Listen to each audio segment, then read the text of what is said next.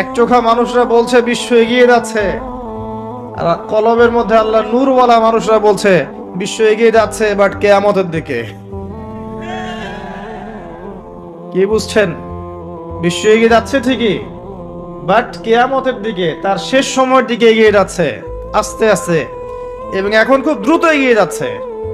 এখন সময় আরো দ্রুত যাচ্ছে। একটা বছর চলে যাচ্ছে একটা মাসের মতো, একটা মাস চলে যাচ্ছে একটা সপ্তাহের মতো, একটা সপ্তাহ যাচ্ছে একটা দিনের মতো, একটা দিন যাচ্ছে একটা ঘন্টার মতো। যারা আল্লাহর নূর এবং বসিরা প্রাপ্ত মানুষ তারা বুঝতে পারে। এই যে রমজান চলে আসলো, কয়দিন আগে রমজান শেষ করে আসলেন, এই যে রমজান চলে আসলো। এই যে কয়দিন আগে জুমার নামাজ পড়লেন, দেখবেন আবার জুমা চলে আসবে। সময় দ্রুত চলে যাচ্ছে। কিসের আলামত? কিয়ামতের আলামত। কত আলামত আছে আপনাকে বলে শেষ করতে পারবো না। মহিলাদের সংখ্যা বাড়ছে, পুরুষদের সংখ্যা কমছে। এমন মহিলাদেরকে রাস্তায় দেখবেন যারা পোশাক পরেও নগ্ন হয়ে ঘুরছে। এদের সম্পর্কে নবীজি বলেছেন, শেষ জামানায় এক শ্রেণীর মেয়ে আসবে যাদেরকে আমি দেখি নাই, মানে 1400 বছর আগে এরা ছিল না। তাদের খাসলত কি? তারা কাপড় পরবে, নিসাউন কাসিয়া আরিয়া, কাপড় পরবে কিন্তু নগ্ন থাকবে। আপনি 200-300 বছর আগে এই মহিলাদেরকে দেখতে পারতেন না। লাস্ট 200-300 বছর আপনি দেখতে পারবেন, যখন থেকে পশ্চিমা বিশ্ব এই ওয়ার্ল্ডের দায়িত্ব নিয়েছে তখন থেকে। এটাকে ফেমিনিস্ট রেভলিউশন বলে। এবং নগ্নতা, বেহায়াপন, অশ্লীলতা, এমন পোশাক পরবো যে এই পোশাক পুরুষদের পোশাক। এটা কিয়ামতের আলামত। নবীজি বলেছিলেন যে গরিব মানুষরা, দরিদ্র মানুষ, স্যান্ডেল পরার টাকা নাই, গায়ে জামা পরার টাকা নাই, উঁচু উঁচু অট্টালিকা নির্মাণের প্রতিযোগিতা করবে। এটা আখিরুজ্জামান বা শেষ জামানের আলামত। দেখে নেন বিগত 200-300 বছর এগুলো ছিল কিনা। বিশাল বিশাল সাইন এগুলো প্রকাশ পাচ্ছে ডে বাই ডে। মানুষ সুদ খাবে, একজন ব্যক্তি সুদ থেকে দূরে থাকতে চাইবে, তার গায়েও সুদের ছিটা ফোটা গিয়ে লাগবে। এটা সেই যুগ। আপনি পারবেন না বাঁচতে সুদ থেকে। দাড়ি টুপি নিয়েও খেতে হচ্ছে, কিচ্ছু করার নাই, কারণ সব সিস্টেমই সুদ ভিত্তিক। হয় খাচ্ছেন, না হলে দিচ্ছেন, না হলে সাক্ষী থাকছেন, না হলে লিখে রাখছেন, কিছু না কিছু করছেন। মানুষ মাদক খাবে, মাদককে হালাল মনে করে খাবে। মানুষ জেনা করবে, জেনাকে হালাল মনে করবে, হারাম মনে করবে না। মানুষ হত্যা করবে, যাকে হত্যা করবে সে জানবে না কেন হত্যা করছে, আর যে মারা যাবে সেও বুঝবে না কি জন্য আমাকে মারলো। পিতা মাতার সাথে দাস দাসীর মতো আচরণ করা হবে, পিতা মাতার সাথে দাস দাসীর মতো আচরণ করা হবে। সম্পদের জন্য সন্তান মাকে হত্যা করবে, বাবাকে হত্যা করবে। দুই চোখওয়ালা মানুষরা বুঝতে পারে এগুলো হচ্ছে, দিন দিন বাড়ছে, সময় সংক্ষিপ্ত হয়ে আসছে। আল্লাহ পাকের আযাব গজব বাড়ছে, আসমানি গজব বাড়ছে, জমিনের বালা বাড়ছে, ভূমিকম্প বাড়বে, ডে বাই ডে ভূমিকম্প বাড়বে। এবং 3টা বড় বড় ভূমিকম্প অপেক্ষা করছে আমাদের সামনে। একটা পৃথিবীর পূর্ব দিকে, একটা পশ্চিম দিকে। আমার ধারণা এটা পশ্চিমা সভ্যতায় হবে। আর একটা হচ্ছে পৃথিবীর মাঝখানে। কিছু মুনাফিককে আল্লাহ পাক ধসিয়ে দিবেন আরবের মধ্যে। আর ওখানেও কিছু মুনাফিক আছে। এটা বুঝতে হলে আপনাকে জিওপলিটিক্স বুঝতে হবে। আরবি দিয়ে কথা বললেই কেউ আমিরুল মুমিনিন হয় না। আরবি দিয়ে কথা বললেই কেউ আমিরুল মুমিনিন হয় না। আব্দুল্লাহ বিন উবাইও আরবি দিয়ে কথা বলতো। তো হত্যা বাড়বে। একটা বড় জিনিস যেটা শেষ জামানায় হবে, এটা আগে হয়নি। এটা বিগত 100 বছর থেকে আমরা দেখছি। এই বিশ্বের বুকে ইহুদি এবং খ্রিস্টানদের মধ্যে একটা বন্ধুত্বের অ্যালায়েন্স হয়েছে। এটাকে আমরা জায়নিস্ট মুভমেন্ট বলি। এই মুভমেন্টটা বিগত 100-200 বছর আগে ছিল না, কিন্তু এটা শেষ জামানায় হবে এমনটা এসেছে। কোরআনেও আছে, ইয়া আইয়ুহাল্লাযীনা আমানু লা তাত্তাখিযুল ইয়াহুদা ওয়ান নাসারা আউলিয়া, তোমরা ওই সব ইহুদি এবং খ্রিস্টানদেরকে বন্ধুরূপে গ্রহণ করো না। কোন সব? সবাইকে না। কোন সব? বা'দুহুম আউলিয়াউ বা'দ, যারা একে অপরের বন্ধু, যারা একে অপরের বন্ধু। বিশ্বের ইতিহাস ঘাটলে দেখবেন, হিস্ট্রির ছাত্র আমি, ইতিহাস ঘাটলে দেখবেন ইহুদি এবং খ্রিস্টানরা একে অপরের সাথে মারামারি করেছে শতাব্দীর পর শতাব্দী।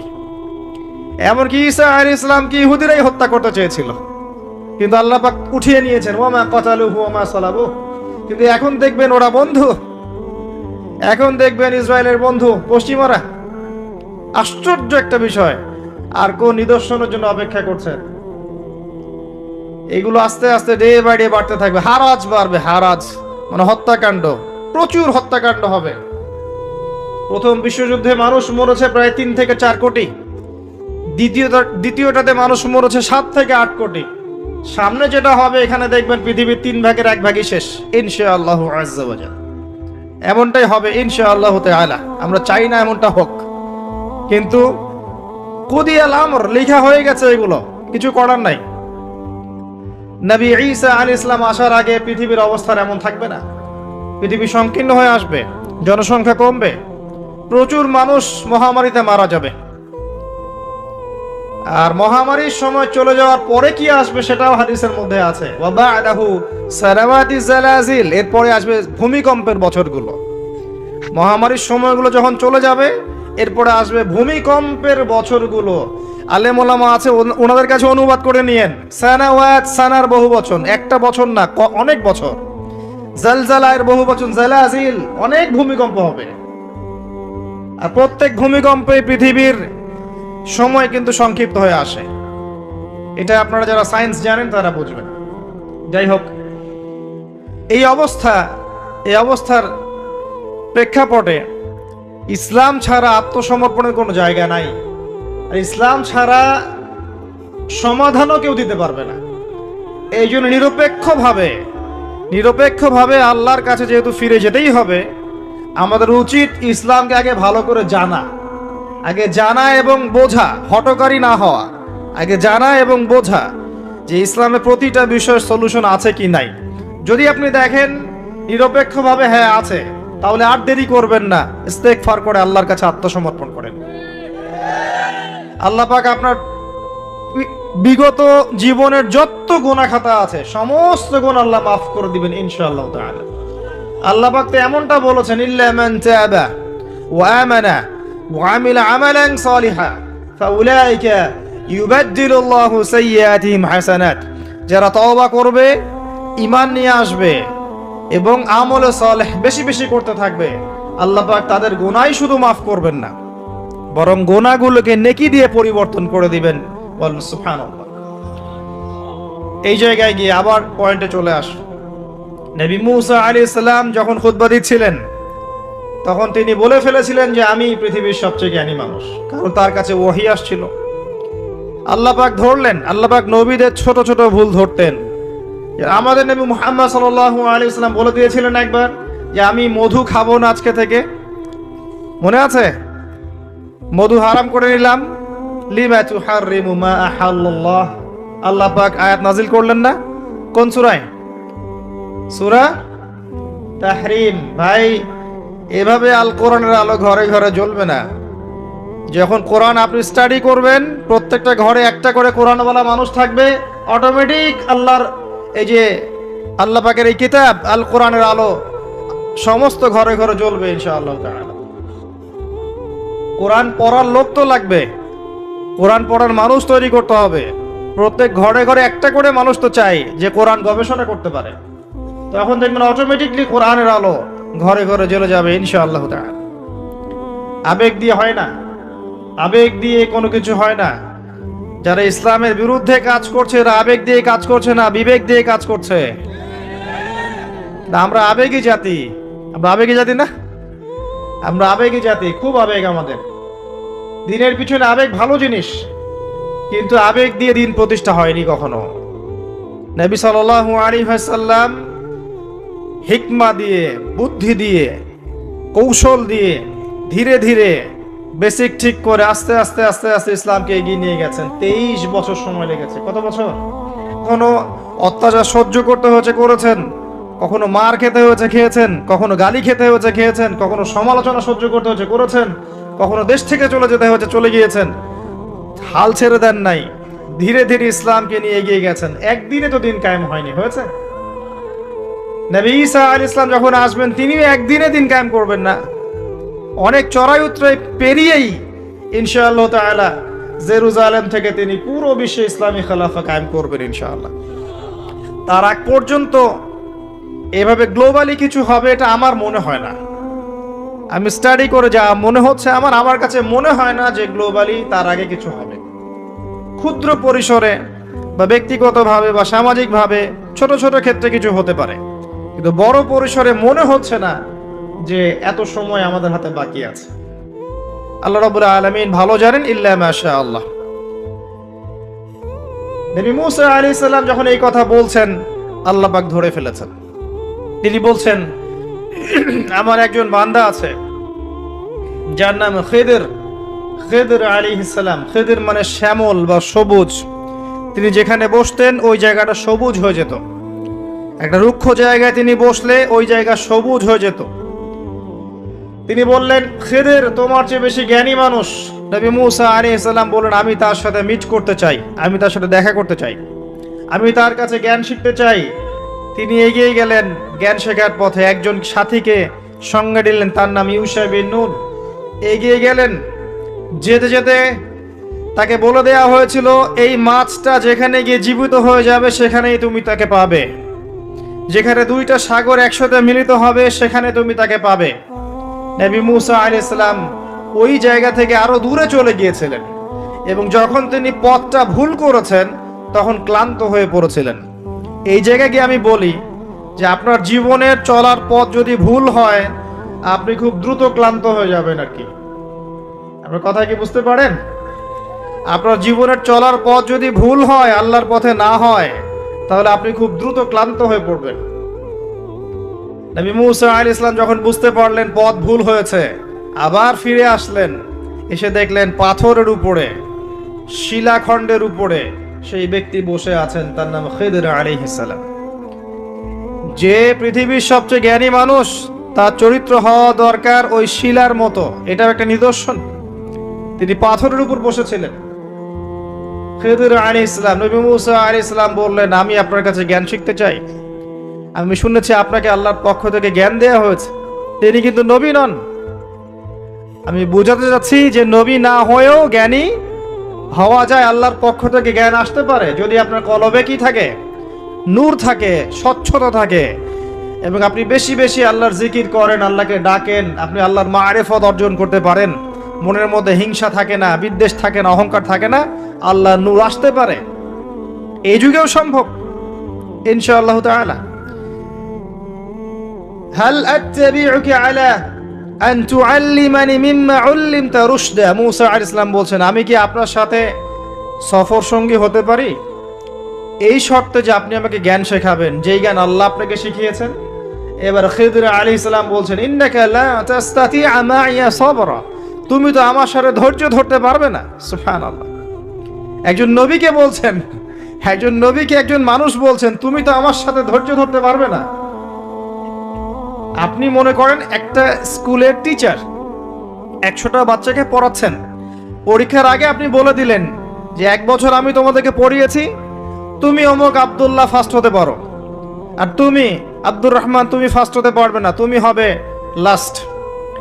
আপনার অভিজ্ঞতা, আপনি 1 বছর পড়িয়েছেন, আপনি দেখলেন রেজাল্ট ঠিক তাই হলো, আব্দুল্লাহ ফার্স্ট হয়েছে, আব্দুর রহমান লাস্ট হয়েছে। এর মানে কি এই টিচার গায়েব জানে? গায়েব জানে? তার ইলম, তার প্রজ্ঞা, তার অভিজ্ঞতা। নবী মুসা আলাইহিস সালামকে বলছেন তিনি, খিদির আলাইহিস সালাম, ইন্নাকা লান তাস্তাতিআ মাইয়া সাবরা, তুমি আমার সাথে ধৈর্য ধরতে পারবে না।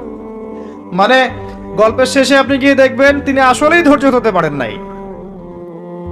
তো মুসা আলাইহিস সালাম বলেন, ইনশাআল্লাহ আমি ধৈর্য ধরব, আমি ধৈর্য ধরব ইনশাআল্লাহ, এবং আমি আপনার কাজে কোনো বিঘ্ন সৃষ্টি করব না। আচ্ছা ঠিক আছে, চলো। গল্প অনেক বড়, আমি সংক্ষেপে বলছি। 3টা ঘটনা ঘটেছে। একবার নৌকা ফুটা করে দিয়েছেন খিদির আলাইহিস সালাম, দ্বিতীয়বার একজন বালককে হত্যা করেছেন, আর তৃতীয়বার একটা দেয়ালকে নির্মাণ করেছেন। দেয়ালটা পড়ে গিয়েছিল, কোনো পারিশ্রমিক নেননি, ফ্রি অফ কস্ট দেয়াল নির্মাণ করেছেন।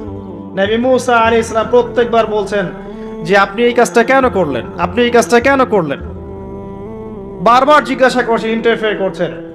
এবং খিদির আলাইহিস সালাম বলছেন, আমি কি বলিনি তোমাকে, আলাম আকুল লাক ইন্নাকা লান তাসতাতিআ মাইয়া সাবরা। এক পর্যায়ে যখন তিনি তৃতীয় প্রশ্নের উত্তর দিতে পারলেন না, সবর করতে পারলেন না, তখন খিদির আলাইহিস সালাম বলেন, হাযা ফিরাকু বাইনি ওয়া বাইনাক, এই হচ্ছে তোমার আমার পার্থক্য, আর একসাথে চলা হলো না। তবে যাওয়ার আগে আমি তোমাকে জানিয়ে দেব কেন আমি এই কাজগুলো করেছি।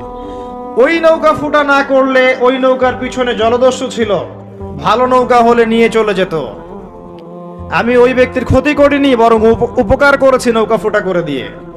ওই বাচ্চাকে হত্যা না করলে ওই বাচ্চার পিতা মাতা ছিল বড় আলেম, বড় আল্লাহওয়ালা, এই বাচ্চা বড় হলে নিজেও কাফের হতো, বাপ মাকেও কুফরিতে নিয়ে যেত। অনেকটা আমাদের নাস্তিক প্রজন্মের মতো আর কি। তিনি হত্যা করেছেন, আল্লাহর আদেশে হত্যা করেছেন। আর ওই যে দেয়াল নির্মাণ করেছি, এই দেয়ালের নিচে ছিল 2 জন এতিম বালকের রেখে যাওয়া পৈতৃক সম্পত্তি। তার বাবা মা রেখে গিয়েছিল সোনার কয়েন, রূপার কয়েন, এইগুলো মাটির নিচে ছিল। তারা বড় হয়ে যেন এটা পায়, অন্য কেউ সিজ করতে না পারে, এই জন্য আমি এখানে দেয়াল নির্মাণ করেছি, কোনো পারিশ্রমিক নেই নাই। বাই দ্য ওয়ে, সোনার কয়েন আর রূপার কয়েনের কথা কোরআনে আছে, দিনার আর দিরহামের কথা কোরআনে আছে, যদিও বিশ্ব ব্যবস্থায় নাই। বিশ্ব ব্যবস্থার IMF নামে একটা সংগঠন আছে, ইন্টারন্যাশনাল মনিটারি ফান্ড, তারা আইন করে সোনার কয়েন আর রূপার কয়েনকে হারাম করে দিয়েছে। আপনি কি সেটা জানেন যে পশ্চিমারা সোনার কয়েন আর রূপার কয়েনটাকে হারাম করেছে অর্থনীতি থেকে? Ban, totally ban. তাদের আর্টিকেলস অফ চার্টারের মধ্যে আছে, লিখে আছে যে এই বিশ্ব বাজার থেকে সোনার কয়েন রূপার কয়েনকে ব্যান করে দেয়া হয়। কেউ যদি আল্লাহর হালালকে হারাম করে, তাকে আমরা কি বলতে পারি? কেউ যদি আল্লাহর হারামকে হালাল করে আর আল্লাহর হালালকে হারাম করে নেয়, তাকে আমরা কি বলতে পারি? আর এই পাপটার নাম কি? সূরা তাওবার 31 নম্বর আয়াত অনুযায়ী এই পাপটাকে বলা হয় শিরক। জি, সূরা তাওবার 31 নম্বর আয়াত অনুযায়ী এই পাপটাকে বলা হয় শিরক। কে অধিকার দিল মানুষকে আল্লাহর হালালকে হারাম করার?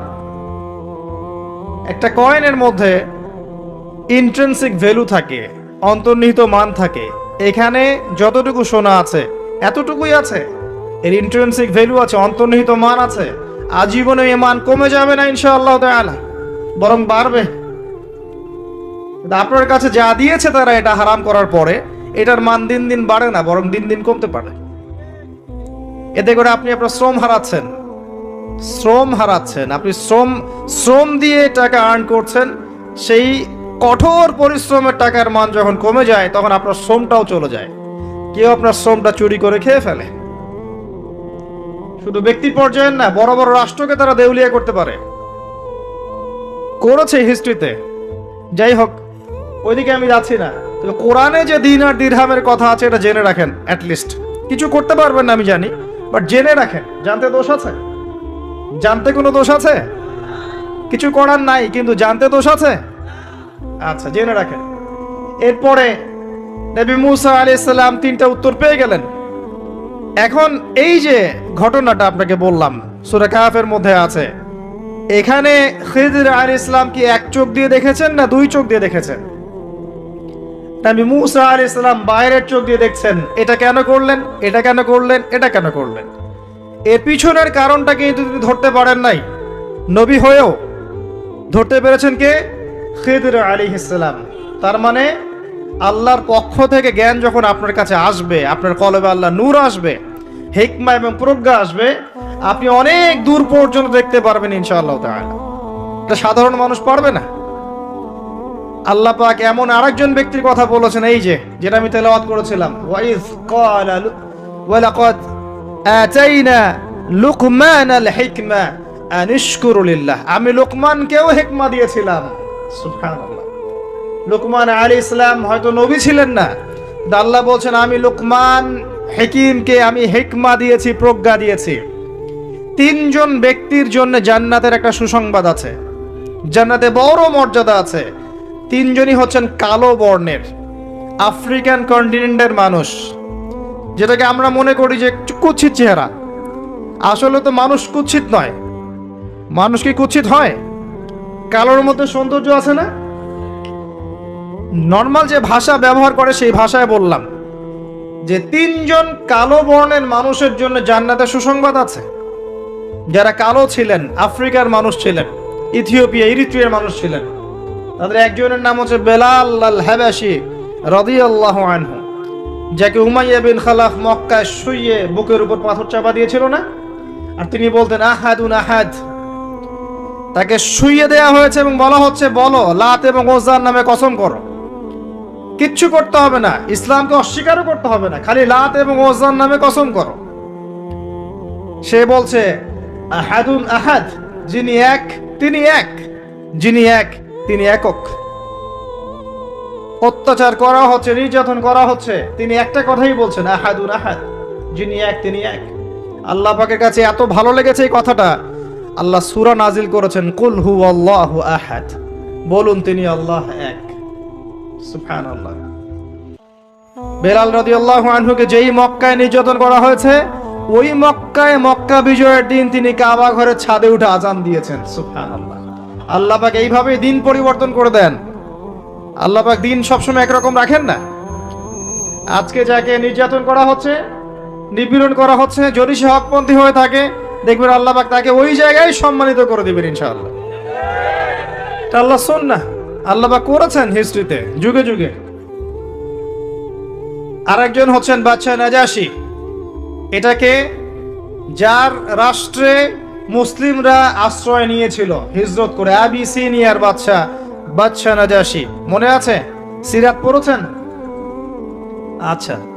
আরেকজন হচ্ছে লুকমান হাকিম আলাইহিস সালাম, তার উপরেও জান্নাতের বড় মর্যাদা আছে। তাকে অপশন দেয়া হয়েছিল নবুয়ত নিবেন নাকি প্রজ্ঞা নিবেন।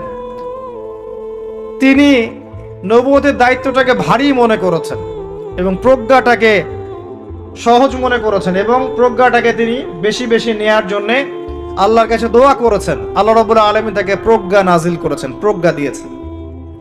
আসেন তিনি কি বলছেন, এবং একজন প্রজ্ঞাবান মানুষের আচরণ কেমন হওয়া উচিত। তিনি আল্লাহ পাক বলছেন ওয়ালাকাদ আতাইনা লুকমানাল হিকমা, আমি লোকমানকে হিকমা এবং প্রজ্ঞা দিয়েছি, আমার পক্ষ থেকে জ্ঞান শিক্ষা দিয়েছি। আনিশকুরু লিল্লাহ, জ্ঞানের প্রথম কাজটা হচ্ছে হে লোকমান তুমি আল্লাহর শুকরিয়া আদায় করবে। সুবহানাল্লাহ। একজন জ্ঞানী মানুষ আল্লাহর শুকরিয়া আদায় করে। ওয়া ইয়াশকুর ফাইন্নামা ইয়াশকুরু লিনাফসি, যে ব্যক্তি আল্লাহর শুকরিয়া আদায় করে সে নিজের নফসের ভালোর জন্যই সেটা করে। আল্লাহ পাক অন্য আয়াতে বলেছেন লা ইন শাকারতুম লাযীদান্নাকুম, যদি তোমরা আল্লাহর শুকরিয়া আদায় করো আমি তোমাদের প্রতি আমার নেয়ামতকে কি করব? বাড়িয়ে দেব। ওয়ালা ইন কাফারতুম, যদি তোমরা কুফরি করো, ইন আযাবি লাশাদীদ, আমার আযাব বড়ই কঠিন, বড়ই কঠিন। আমাদের উচিত দিনে কমপক্ষে 100 বার করে হলেও আলহামদুলিল্লাহ পড়া যাবে? যে কোনো অবস্থাতে আলহামদুলিল্লাহ, আলহামদুলিল্লাহ। ভাই কেমন আছেন? আলহামদুলিল্লাহ। ভাই পরিবার কেমন আছে? আলহামদুলিল্লাহ। ভাই চাকরি কেমন আছে, চলছে কেমন? আলহামদুলিল্লাহ। ব্যবসা কেমন? আলহামদুলিল্লাহ। এটা হচ্ছে সেই বান্দা নিদর্শন যার মনের মধ্যে আল্লাহর প্রতি ভক্তি শ্রদ্ধা আছে, যার মনের মধ্যে আল্লাহর নূর আছে। তার নিদর্শন হচ্ছে সে সব সময় শুকরিয়া আদায় করবে।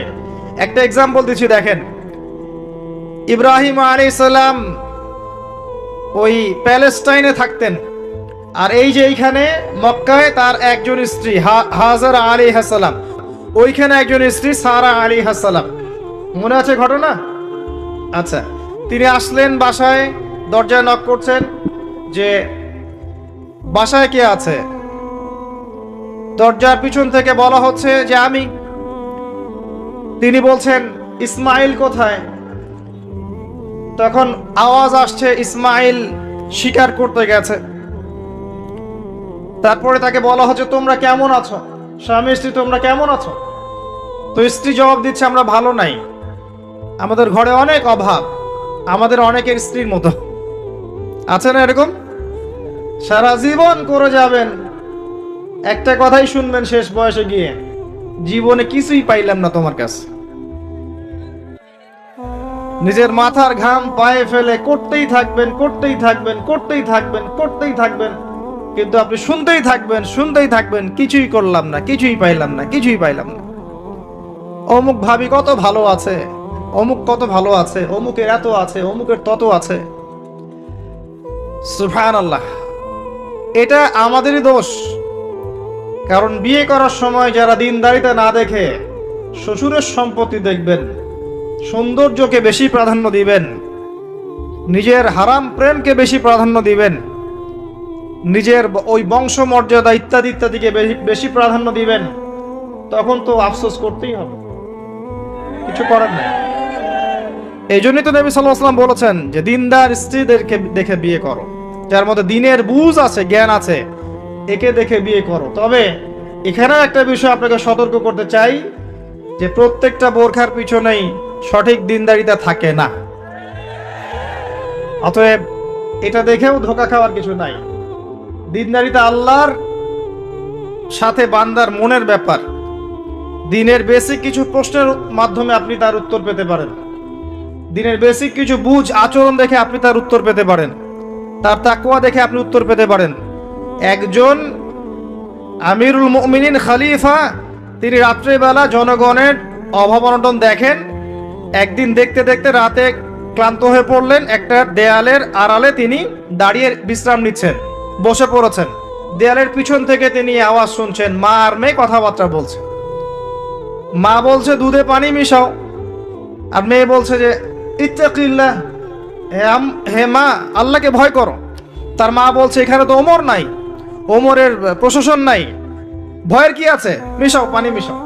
তখন এই মেয়ে বলছে ওমর নাই তো কি হয়েছে, ওমর রব আল্লাহ তো জীবিত আছেন, তিনি দেখছেন। ওমর রাদিয়াল্লাহু আনহু পরের দিন ওই বাড়িটা মার্ক করে রাখলেন রাত্রেবেলা। পরের দিন তার ছেলেকে নিয়ে আসছেন এই বাসায়, এসে মেয়ে দেখাচ্ছেন, এই মেয়ে পছন্দ হয় কিনা দেখো। মেয়ে পছন্দ হয়ে গেছে। আমিরুল মুমিনিনের মানে রাষ্ট্রপ্রধানের ছেলের সাথে এই মেয়ের বিয়ে হয়ে গেল। দুধওয়ালি, দুধ ধোয়াচ্ছেন যেই মেয়ে, কি দেখে বিয়ে দিলেন? সৌন্দর্য দেখে, বংশমর্যাদা, শ্বশুরের টাকা, যৌতুক। এই কাজ যদি আমরা করতে না পারি, সংসারে শান্তি আসবে না, তখন কিছু করার থাকবে না ভাই। কারণ এই ফিতনায় একবার ঢুকে গেলে জীবনটা ম্যাসাকার। এগুলো ডিল করতেই দিন দিন অনেক চলে যাবে। দিনের ফিকির পরে দেখবেন পরিবার সামলাতেই সময় শেষ, দিন শেষ। মানসিকভাবে যদি আপনি ফ্রেশ না থাকেন, ভালো না থাকেন, সাউন্ড না থাকেন, আপনি দিনের জন্য কিন্তু কিছু করতে পারবেন না। আর পরিবারে যদি নেককার স্ত্রী না থাকে, আপনি মানসিকভাবে ভালো থাকবেন না, ভালো থাকবেন না, এটা প্র্যাকটিক্যাল কথা। তো ওই যে স্ত্রী বলছে আমরা ভালো নাই, ইসমাইল স্বীকার করতে গেছে আমরা ভালো নাই, একবেলা খাই একবেলা খেতে পারি না, ভালো নাই। ইব্রাহিম আলাইহিস সালাম বলছেন ঠিক আছে, ইসমাইল বাসায় আসলে ওকে বলো যে তার বাবা এসেছিল, আর তাকে বলো যে ঘরের চৌকাঠটা যেন পরিবর্তন করে। কথা কি বুঝতে পারছেন? ইসমাইল আলাইহিস সালাম আসলেন, একজন বৃদ্ধা লোক এসেছিল বাসায়, তোমার বাবা পরিচয় দিয়েছে। কি বলেছে? বলেছে যে ঘরের দরজা যেন পরিবর্তন করি। তখন তিনি বলছেন তুমি কি এমন বলেছিলে যে যার কারণে এই কথাটা বলেছে? তো তিনি বলছেন আমি বলেছি আমরা ভালো নাই, আমরা অভাবে আছি, তুমি শিকারে গেছো ইত্যাদি। তখন তিনি বলছেন তুমি ভুল করেছো, তিনি আমার বাবা ছিলেন, তিনি একজন নবী, তিনি ইনডাইরেক্টলি আমাকে বলেছেন আমি যেন তোমাকে তালাক দেই। এক কথায় তালাক হতে পারে? দিনদারিতা না থাকলে তালাক দেয়া যায়। যদি ধৈর্য ধরতে ধরতে ধরতে ধরতে আপনি অতিষ্ঠ হয়ে যান, দিনের ব্যাপারে আর কম্প্রোমাইজ করতে পারেন না, সেক্ষেত্রে তালাক একটা অপশন আছে। এটা খারাপ নয়, যদিও এটা মন্দের ভালো একটা অপশন, কিন্তু সবর করতে উৎসাহিত করা হয়েছে। সবর করতে করতে করতে করতে যদি ভিতরটা পরিবর্তন না হয়, এরকম আল্লাহর প্রতি অকৃতজ্ঞ মানুষকে নিয়ে আপনি সারা জীবন চলতে পারবেন না। এবং দিনের পথে চলতে গিয়ে যারা প্রতিবন্ধকতা স্বীকার করে, তাদেরকে নিয়ে আপনি আল্লাহর পথে দাওয়াত এবং মুজাহাদ আর মেহনত করতে পারবেন না। এই জায়গায় গিয়ে অনেক সময় এক্সট্রিম ডিসিশন নিতে হতে পারে। এটা ইসলাম কিন্তু অপশন রেখেছে আপনার জন্য, আমি উৎসাহিত করছি না, অপশন রেখেছে। এরপরে আবার তিনি আসলেন অনেক বছর পর, এসে আবার নক করলেন যে আসসালামু আলাইকুম। ওয়ালাইকুম সালাম। ইসমাইল কোথায়? শিকার করতে গেছে। তোমরা কেমন আছো? আলহামদুলিল্লাহ, আমরা অনেক ভালো আছি। ঠিক আছে, ইসমাইল বাসায় আসলে তাকে বলো ঘরের চৌকাঠটা যেন যত্ন করে, আদর করে, মহব্বত করে রাখে। কথা বুঝতে পারছেন? এবার ইসমাইল আলাইহিস সালাম আসলেন বাসায়, তার স্ত্রী জিজ্ঞাসা করছে, একজন বৃদ্ধা এসেছিলেন, তোমার বাবা পরিচয় দিয়েছেন, কি বলেছে? বলেছেন তো আমি যেন ঘরের চৌকাঠটা তুমি যেন অটুট রাখো, বহাল রাখো। তুমি কি বলেছো? আমি বলেছি আমরা অনেক ভালো আছি। তখন তিনি বলছেন, আমার বাবা তোমাকে অনেক পছন্দ করেছেন এবং তোমাকে নিয়ে আমাকে সংসার করতে বলেছে। এই হলো অবস্থা। শুকরিয়া আদায় যারা করতে পারবে না তাদেরকে নিয়ে চলা মুশকিল। লুকমান হাকিম, যাকে প্রজ্ঞা দেয়া হয়েছে, তাকেও আল্লাহ পাক আদেশ করছেন তুমি আল্লাহর শুকরিয়া আদায় করো। যে ব্যক্তি আল্লাহর শুকরিয়া আদায় করে, কৃতজ্ঞতা প্রকাশ করে, যে কোনো হালতেই বলতে পারে আল্লাহ আলহামদুলিল্লাহ আমি ভালো আছি। এবং আল্লাহ রাসূল সাল্লাল্লাহু আলাইহি ওয়াসাল্লাম বলেছেন, কখনো উঁচু স্তরের লোকদের দিকে তাকাবে না। যার উঁচু বাড়ি আছে, তোমার চেয়ে উঁচু বাড়ি আছে, তোমার চেয়ে বড় গাড়ি আছে, তোমার চেয়ে বেশি টাকা আর্ন করে, ওদের দিকে দেখবে না, ওদের দিকে চোখ দিও না। বরং তোমার চেয়ে নিচে যারা আছে, দরিদ্র যারা, তোমার চেয়ে যারা দরিদ্র, ওদের দিকে তাকাও। তাহলে তুমি আল্লাহর নিয়ামতের শুকরিয়া আদায় করতে পারবে ইনশাআল্লাহ। আমরা যদি হসপিটালে যাই, শুকরিয়া আদায় করতে পারবো না? যে এই যে হাজার হাজার মানুষ শুয়ে আছে, কারো ক্যান্সার, কারো ডায়াবেটিস, কারো অমুক, কারো তমুক, কারো অ্যাক্সিডেন্ট, কারো এইটা সেইটা, কারো ব্রেন টিউমার, কারো হার্টের সমস্যা, কত সমস্যা। কেউ হাঁটতে পারে না, কেউ বসতে পারে না, কেউ শুইতে পারে না, কেউ শুইলে ঘুমাতে পারে না। আমরা ভালো আছি না? আলহামদুলিল্লাহ, কৃতজ্ঞতা। যখন আপনি আপনার চেয়ে বিপন্ন কোনো মানুষকে দেখবেন, দেখে যদি এই দোয়াটা পড়েন, আলহামদুলিল্লাহিল্লাযী আফানি মিম্মা ইবতালাকা বিহি ওয়া ফাদ্দালানি আলা কাসীরিম মিম্মান খালাকা তাফদীলা। আল্লাহর শুকরিয়া আদায় করছি যে আল্লাহ তোমাকে যে বিষয় দিয়ে পরীক্ষা করেছেন, আমাকে তার থেকে নিরাপদ রেখেছেন এবং হাজার মানুষের চাইতে আল্লাহ পাক আমাকে উত্তম জায়গায় রেখেছেন, ভালো রেখেছেন। এই দোয়াটা যে ব্যক্তি পড়বে, ওই বিপদ তাকে স্পর্শ করবে না ইনশাআল্লাহ। এভাবে আপনি আল্লাহর শুকরিয়া আদায় করতে পারেন। আর আল্লাহ পাকের শুকরিয়া আদায় করার সবচাইতে বড় নিদর্শন হচ্ছে আপনি আল্লাহর আদেশ নিষেধ মেনে চলছেন কিনা। যে ব্যক্তি আল্লাহর আদেশ এবং নিষেধকে মেনে চলছে, এই ব্যক্তি প্রকৃতপক্ষে আল্লাহ শুকরিয়া আদায় করছে, তাই নয় কি? খালি মুখে যদি বলি আমি আল্লাহ শুকরিয়া আদায় করি, নামাজ নাই, সওম নাই, যাকাত নাই, কিচ্ছু নাই, মুখে মুখে বলছি আমি আল্লাহকে অনেক ভালোবাসি, এই ভালোবাসার দাম আছে? আল্লাহ পাক কি বলেছেন? যে তোমরা যদি আল্লাহর ভালোবাসা পেতে চাও, কুল ইন কুনতুম তুহিব্বুনাল্লাহ ফাত্তাবিউনি, আমার অনুসরণ করো। কার অনুসরণ? মুহাম্মদ সাল্লাল্লাহু আলাইহি ওয়াসাল্লামের অনুসরণ করো, তার সুন্নাহ মাফিক জীবন করো। ইনশাআল্লাহ আল্লাহ পাক তোমাদেরকে মাফ করে দিবেন, আল্লাহ তোমাদেরকে ভালোবাসবেন ইনশাআল্লাহ।